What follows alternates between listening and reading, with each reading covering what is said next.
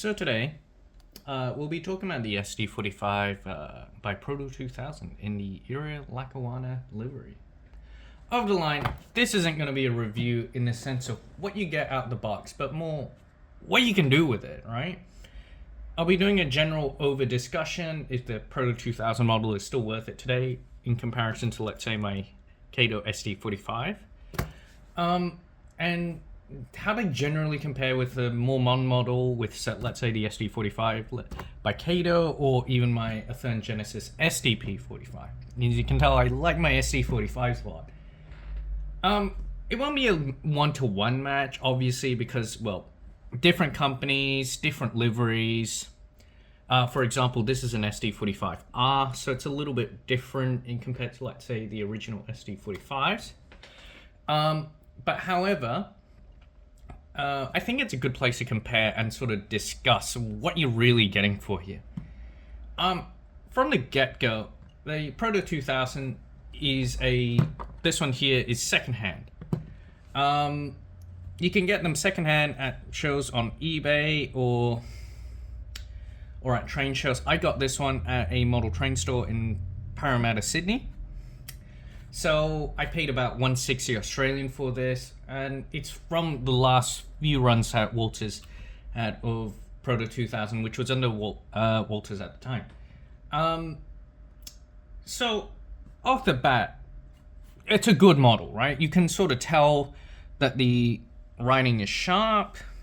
All the sort of details that you want to read are legible. The numbering, for example, the radio quit time is actually very well done. All your little brake handles, all your sort of radiator grills are very sharp. Now, the only thing I can't explain, and maybe someone else in the comments, is for some bizarre reason, I can't explain why it seems like marks for, let's say, something like to actually fit into the SD-45 shell by, which I can't seem to explain why they exist in the first place, because, well, from the get-go, there's nothing that would indicate something even goes there for a start, and yeah, but I can seemingly find it on a lot of the Proto 2000 SD-45, so that's something to know. Another thing that I will say is on the trucks, you can see that everything is actually extremely well detailed. You can see the castings. You can sort of see really sharply. I'll see if I can get a photo of it for the audience. But yeah, you can see sort of the EMD logo molded onto the plastic itself. I think that's a fantastic and very well detailed. In sense of like trucks in general. I mean, I don't really see that sort of detail. And considering this is actually a 20-year-old model, that's great work. You cannot deny that. So, with the Proto 2000 experience, I'm sure many people recognize the box as being, the separate, you got the shell, then you got the box. You got the mechanism. Now, the mechanism, they love showing off the mechanism. You buy your PAs, you buy your E's. They always they love showing it separately. Which is great, because actually, if you're buying it secondhand, if, let's say, for example, it's, there's a DCC socket. I'm not saying that you should really use a DCC socket, but it's nice to know that it's there. So sort of which run it is, and all that, which makes it a bit easier for you to know if it's a bit easy to convert or whatever. Off the bat, Jesus, these weigh like a brick. I had a look at this, and I weighed it, and not saying the Kato ones are light or anything like that, but I weighed this. All right, and even with my modifications, this weighs 675 grams. I'll get it converted for my American viewers, but I'm not saying that my Southern Pacific by Kato is, it's like plastic or really light. It's still 500 grams, but this is just another level of weight. Now, on the flip side, it does mean that converting it to DCC sound is a lot harder. Right. I won't show what sort of lengths I went to, but basically, just to sort of describe it, I did have to cut off a fair bit of like the sort of chassis now, yeah, it's a bit more work than you'd want, but overall, the hardest bit of it was getting a hacksaw out, making sure that you got it right. You don't. Obviously, it would be a bit easy if you have a milling machine, but considering my partner isn't going to let me have a milling machine in the living room, that's not going to happen anytime soon. One other thing is, do not actually ever drop this, because not because you'll damage any detail, but because you'll damage probably to your wooden flooring or your foot. These genuinely pull like the real thing, and they weigh like the real thing probably. Okay, so what decoder did I fit into this? It's an ESU Locksound 4. I fit it in with the ESU SD-45. I'll also put that link in the description. Why did I get this Erie Lackawanna SD-45?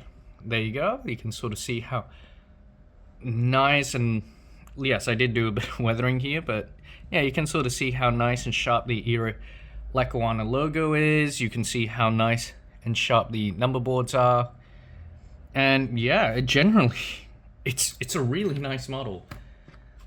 So I got this Erie Lackawanna SD-45 earlier this year, so I could do the sort of early Conrail, you know, like I think 1976, 1977, where you see a lot of Penn Central, a bit of a bit of lay-hi, a bit of everything really. It's kind of exciting to sort of do that era. So I got this thinking, okay, I can run it with my SDP, also an Erie unit, and yeah, not gonna lie, I'm sure my American viewers can sort of hear how I'm not American, right? So you're gonna go, why are you into Conrail? You know, you should be into Santa Fe, Union Pacific, which I am. I like my UP, and I like my Santa Fe. But honestly, how can you not love the Big Blue, right? How can you not like a logo that looks like a bad can opener? But honestly, I think what I love about these is just, it's a bit like the Australian sort of scene where you have a lot of things like one of the railroads that comes through here, where I live, SSR, you know, you got old Alcos, you got a bit of early sort of GM, what is it? I think you see old Australian National GM ones, which are sort of a bit inspired by, how do I put it, sort of, trying to think what would be the close equivalent, which would be, I guess, an F9 unit with its 567, or sometimes you can see, I'm not gonna lie, I love them, right? I love the 600 car and the 45 class, which is sort of the Alco sort of stripped down Sentry series. I gotta say, hearing that late at night, powering through a station, you're right, you hear it for miles, and God, it sounds amazing, right? And honestly, I think that's what brought me to doing something like Conrail, just because, you know, you can do a lot of things like bit of Penn Central, a bit of, you know, Erie. You can do a little bit of everything, to be honest. I love it because of that. You know what? How many other railroads can you just sort of stick? I want to say stick whatever you want, but basically have that much variety in terms of just a single train. All right. So I'm sure many people are wondering, you know, why an SD-45? What is it, right? What's a big deal about an SD-45? So, an SD-45, as some of you viewers would know, it has one of the largest engines that EMD ever fit into a train. It's a 20-cylinder 645 prime mover. Now, I'm not sure if some of our viewers have ever heard this engine and, and it's gruff, but it's another level. Like, I haven't seen an SD-45 in real life, but for some strange reason, Australia bought these Danish engines. It's a very long story, but they have exactly the same prime mover as these SD-45, exactly the same. And my God, you're sitting at the station late at night, you'll hear it for miles, and it just, it really takes the breath out of you. So what is sort of interesting about these SD-45s is, in general, obviously they got a larger engine, let's say compared to your regular SD-40, and then, but obviously a lot of railroads started to realize, hey, they ain't very useful. You don't need the extra 4 cylinders if you're starting to pull the train, out of your yard, or, and sometimes the extra power wasn't worth it, considering your crankshaft might sort of bend or snap, which, not exactly a great incentive to sell railroad. Hey, do you want to buy an engine that that has crankshaft failures and, takes a bit more fuel in order to move somewhere? But honestly, it is genuinely one of my favorite logos. I don't know why it sort of dragged me into it, but yeah. As you can sort of see in the EMD SC45 here, the Proto 2000 one, you can sort of see that, you got your little, trying to remember, I'm sure someone in the audience will critique me and say that I called it wrong, but I would call it a foot plate. But yeah, you can see your MU hoses, your air brake hoses. On this one, I have swapped it out to a KD coupler, just because I do prefer them. And yep, this is your opposite side. You can see your the same, your little foot plate, your number boards, your Erie Lackawanna logo. I have weathered this example, obviously. But yeah. So one of the things you might notice is, unfortunately, the horn has snapped on this one, so which is a bit sad, but I'm going to be replacing it with a brass one, so that's not really a big issue here. One thing to note compared to, let's say, your Kato example is, if you have a look here, I don't know how well the camera is going to show it, but you can sort of see these little horns here and little hoops. On the Kato one, you're going to notice that it's not really molded. It's sort of like molded to be more like a hump, which, look, isn't really necessary. No, but considering that I paid more for the Kato, I think more so because it's Southern Pacific, yeah, it's a little bit disappointing, Now, straight off the bat is, obviously, it's fully powered on 6-axle, on all axles.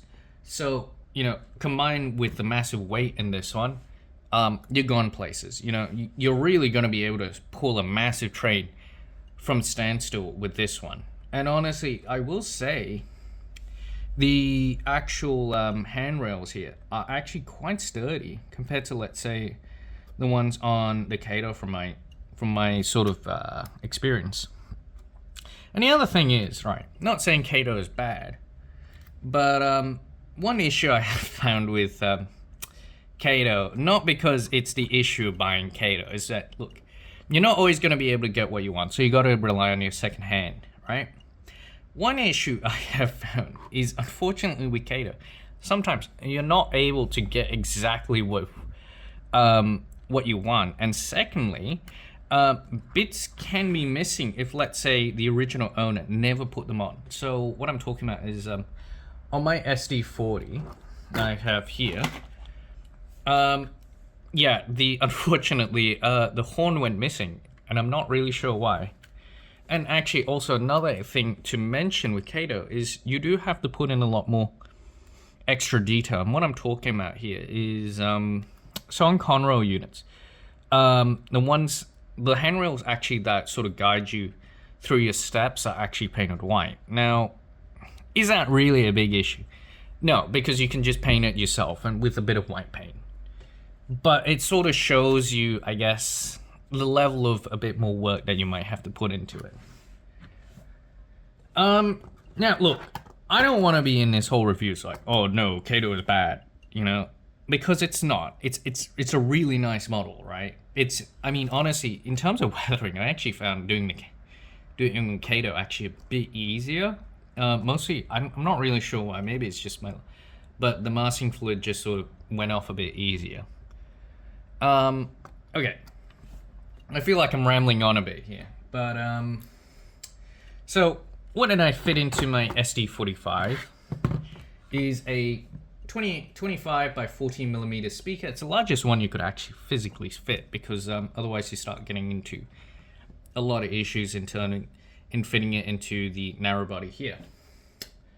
But yeah, my main issue, as you can sort of see in the videos, is the white light sort of turns out a lot more blue in videos, which not great personally. But yeah, honestly, it's a fantastic model. If you ever get a chance to get one of these, I really do recommend it.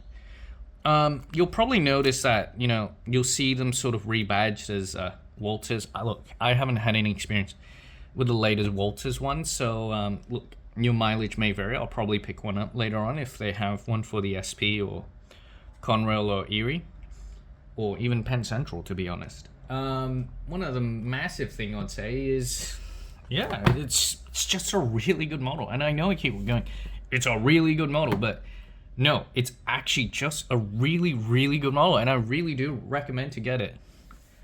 All right, and honestly, the flywheel on this is huge, right? It's a nice mech, as you can sort of see here. It's a nice mech, and unlike, let's say, the other Proto 2000s, where they have issues with, let's say, the gearboxes sort of breaking apart, it doesn't really happen with this. But yeah, honestly, straight up, get one if you ever get a chance. If it's in your favorite railroad, and you have a knack for sort of, you know, if you want DCC sound, yes, you're gonna have to put a little bit more work into it. I followed the TCS WoW Sound one. Pretty easy tutorial, just a bit of work. All right, but overall, I think it took me about an hour and a half to sort of fit DCC sound. And the hardest work was actually just cutting the actual chassis. And secondly, yeah, I made a mistake, which was flipping the motor polarity wrong. So I was wondering, like, hey, why is my rear light sort of going on when I'm driving forward? And yeah, you can sort of figure out why. But yeah, get the model if you see one. I know that in my sort of local eBay, I saw there was a Santa Fe one going for around 150 bucks Australian, so that roughly translates to about 80 US. Like, straight up, it's just a good deal. Just get it. Just go get one. It's good. Now, the other thing is, I will mention before anyone sort of go, because it is Proto 2000, one thing I will mention, if you ever want to DCC one of these things, you are going to have to change out the light bulbs in it, right? Yeah, it's a bit annoying. It's a little bit of faffing around. Yeah, I know. But honestly, for how good a model and how weighty it is, yeah, you got to get one.